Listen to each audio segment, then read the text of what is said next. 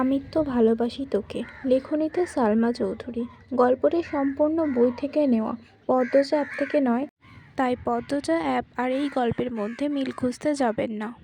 তো চলো শুরু করা যাক। শরতের মেঘময় প্রভাত, হৃদয় ছোঁয়া নির্মল সৌন্দর্যে নিঃসর্গ সেজেছে অপরূপ সাজে। নীল অভ্রের বুক চিরে শুভ্র মেঘেরা দল বেঁধে উড়ে যাচ্ছে অজানা গন্তব্যে। ক্যালেন্ডারের পাতার সাথে সাথে প্রকৃতিও যেন জানান দিচ্ছে শিউলি ঝরা বাতাসের আগমন ঘটেছে। পূর্ব দিগন্তের বিভাসুর আলো শিশির ভেজা সবুজ ঘাসেদের রাঙিয়ে দিচ্ছে। রৌদ্রের ছায়ার মাঝে একটা মরা গাছের মগডালে বসে কৃষ্ণবর্ণের একজোড়া ময়না পাখি খক খক করে ডেকে যাচ্ছে। পরিত্যক্ত স্থানে অযত্নে বেড়ে ওঠা গগন শিরীষ গাছটি সাদাটে ফুলের সুবাসে চারপাশ মোহিত হয়ে আছে। শরতের এই অনিদ্র রূপের মাঝেও কোথাও যেন একরাশ বিষাদময়তার নিরন্তর বুক কাঁপছে। রেল স্টেশনের চত্বরে ইস্পাতের বেঞ্চে বসে আছেন এক মধ্যবয়স্ক নারী, বয়স 50-এর কাছাকাছি।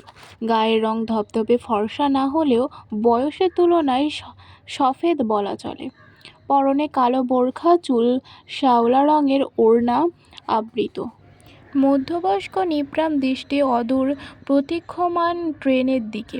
আলো ছায়ার পূর্ণ জীবনের মাঝেও অনুভূতির দেওয়াল যেন চূর্ণ হয়ে গেছে। মস্তিষ্ক আজ বিধ্বস্ত প্রায়। মিনিট দুয়েক মধ্যে ট্রেন মন্দগতিতে স্টেশন ত্যাগ করল। মধ্যবয়স্কার দৃষ্টি অবিচল। চোখের কার্নিশে বেয়ে দুফোঁটা অশ্রু গাল ঘেঁষে নামতেই একটা সমর্থ হাত কাঁধ স্পর্শ করল। মধ্যবয়স্ক এক পুরুষ কণ্ঠে কোমলতা মিশিয়ে ডাকলেন, মাহমুদা। ভদ্র মহিলা নিঃশব্দে অশ্রু মুছে চোখ তুলে তাকালেন। সাহসার নির্লিপ্ত ভঙ্গিতে হাসার চেষ্টা করলেন। মধ্যবয়স্ক লোকটির ঠোঁটের হাসির পরিবর্তে চেহারায় উদ্বেগের ছাপ স্পষ্ট দেখা গেল। চিন্তিত কণ্ঠে জানতে চাইলেন, কাঁদছ কেন? কতগুলো বছর পর জন্মভূমিতে পা রাখলাম, ভাবতেও পারিনি আবার কোনো দিন এই মাটিতে পা রাখব। আমরা যা ভাবি তা সবসময় ঠিক হয় না। কখনো কখনো ঠিক সেটাই হয় যেটা আমরা কল্পনাও করি না। মধ্যবয়স্ক লোক অবচেতন মনে দীর্ঘশ্বাস ফেললেন। ভদ্রলোকের নাম আমিনুল ইসলাম। বর্তমানে ঢাকায় এক মার্শাল পদে কর্মরত অবস্থায় আছেন। ভদ্র মহিলার নাম মাহমুদা খান আমিনা। তারা সম্পর্কে স্বামী স্ত্রী। আমিনুল ইসলাম পুরুকণ্ঠে বললেন, খাবে চলো। মাহমুদা তৎক্ষণাৎ বললেন, খিদে নেই, সারা রাত কিছু খাওনি। এভাবে না খেয়ে থেকে শরীর খারাপ করার কোনো মানে হয় না। তুমি গ্রামে আসতে চেয়েছো, আমি নির্দ্বিধায় তোমাকে নিয়ে এসেছি। একটা বারের জন্য বাধা দেওয়ার চেষ্টা করিনি। তুমি এখন না খেয়ে শরীর খারাপ হবে। বাড়িতে কোনো একটা অঘটন ঘটলে কি হবে ভাবতে পারছো? মাহমুদা মলিন গলায় বললেন, আমার খুব ভয় হচ্ছে। ভয় পেও না, মনের সাহস রাখো। ভাইজানের মুখোমুখি হলে কি হবে?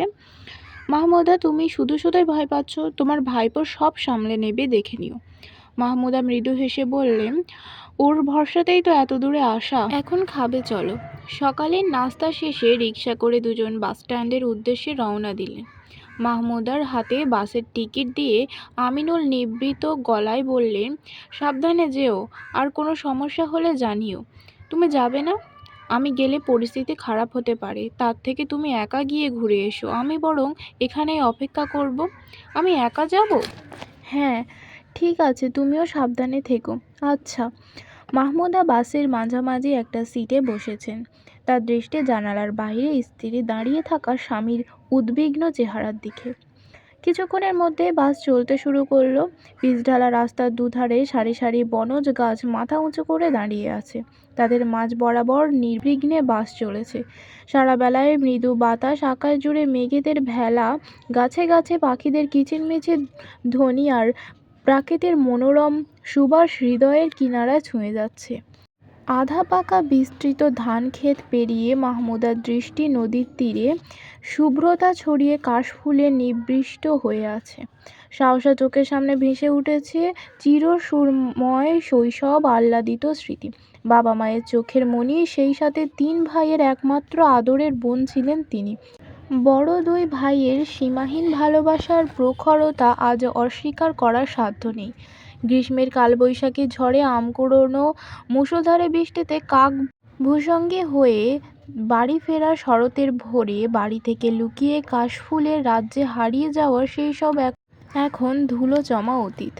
বাবার মৃত্যুর বছর দুয়েক মধ্যেই অনিচ্ছাকৃতভাবে শৈশবের স্মৃতিতে ঘেরা রূপলাবণ্যপূর্ণ জন্মভূমি ছেড়ে ঢাকার মতো ব্যস্ততম কংক্রিটের নগরে পাড়ি জমাতে হয়েছিল। গ্রামের মায়াডোরে বেড়ে ওঠা প্রফুল্ল জীবন প্রথমবারের মতো শহরের চার দেওয়ালের মাঝে বন্দী হয়েছিল। গ্রামের নৈসর্গিক সৌন্দর্য ভুলে শহরে টিকে থাকার লড়াইয়ে হৃদয় বিধ্বস্ত হয়ে গিয়েছিল। সেই সঙ্গে বড় ভাইদের সাথে মানসিক সম্পর্কে অবনতিও ঘটেছিল। বছর কয়েক পর নির্বোধ মস্তিষ্কে অতপ্রীতে অনুভূত অদৃশ্য স্বপ্নঘোর কিংবা নির্দয় নিয়তির নির্মত্তে নেওয়ার ভুল সিদ্ধান্তের দরুন মা ভাইদের সাথে চিরতরের সম্পর্ক ছিন্ন হয়েছিল। সেদিনের পর বাবার কেনাও ভিটাতে পা পর্যন্ত রাখিনি। 1 বছরের মাথায় মায়ের মৃত্যুর সংবাদ পেয়ে ছুটে এসেছিলেন, কিন্তু ভাইজানের কঠোর সিদ্ধান্তের কারণে মৃত মায়ের লাশ ছোঁয়ার অধিকারটাও সেদিন হারিয়েছিলেন। ঝরা পাতার মতো ভাইদের জীবন থেকে নিঃশব্দে ঝরে গিয়েছিলেন মাহমুদা খান। অস্তিত্বের সংগ্রামে সুখ বাজি রেখে এক আকাশসম বিষাদ বুকে চেপে ঝাপসা চোখে বেরিয়ে গিয়েছিলেন পৈতৃক নির্বাস থেকে। সেই থেকে কেটে গেছে বহু বছর। চলতি পথে অসংখ্যবার হোঁচট খেয়েছেন, শূন্যতায় তাকিয়ে বারংবার নিজেকে সামলেও নিয়েছেন। তবু সময়ের সাথে সাথে হৃদয়ের অন্তঃস্থলে ভয়ানক রকম অপরাধবোধ মাথাচাড়া দিয়েছে।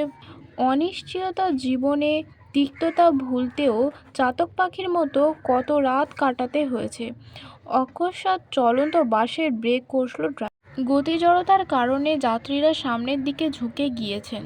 উদাসীন মনের ভাবনা কাটিয়ে মাহমুদাও জানালার বাইরে তাকালেন। নিভৃত চিন্তার অনুগতে কখন যে গন্তব্যে পৌঁছে গেছেন বুঝতেও পারেননি। কপাল পর্যন্ত ঘোমটা টেনে বাস থেকে নামলেন। সকাল পেরিয়ে দুপুর হতে চলল। সূর্যের উত্তাপে উত্তপ্ত নিসর্গ। মাহমুদা স্থিরনেত্রে চারপাশে নজর বুলাতে লাগলেন। এতগুলো বছর প্রায় সবই বদলে গিয়েছে। কয়েক মুহূর্ত নির্বাক চোখে চেয়ে থেকে ধীর গতিতে হাঁটতে শুরু করলেন।